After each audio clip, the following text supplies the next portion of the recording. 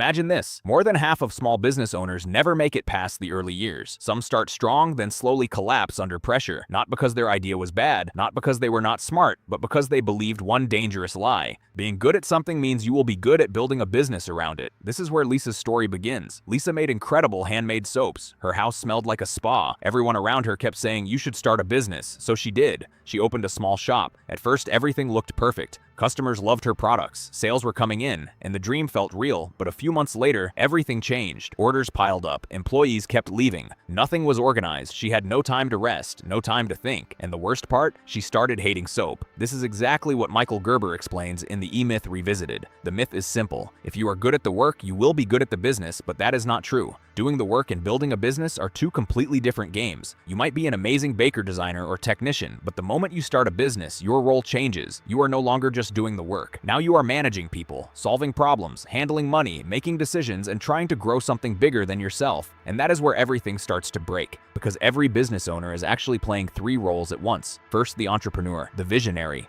the one who thinks big and imagines the future. Second, the manager, the organizer, the one who creates order and keeps things from falling apart. And third, the technician, the doer, the one actually doing the work. Most people start as technicians. They are good at something, so they decide to work for themselves. But once the business grows, they are forced to wear all three hats at the same time. And that is where burnout begins. You are trying to build the future, manage the present, and do all the work yourself. At that point, it is no longer a business, it is a trap. Then comes the next stage. You realize you need help, so you hire someone.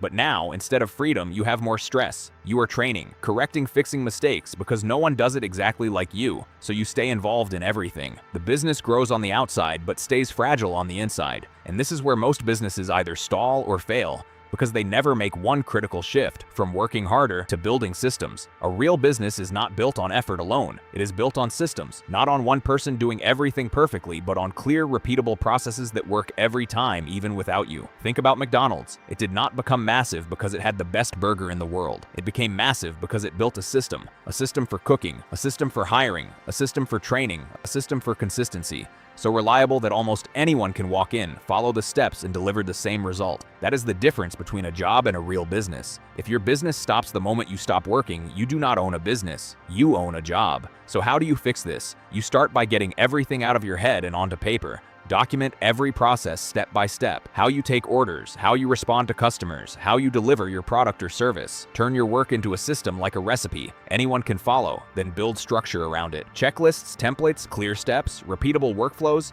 and then train others to follow those systems, not depend on you. The goal is not to be the hero who does everything. The goal is to become the architect of something that runs without you. That is the real shift, because the best business is not the one that keeps you busy all day. It is the one that gives you freedom. So do not build a business that needs you every second to survive. Build one that can grow even when you step away.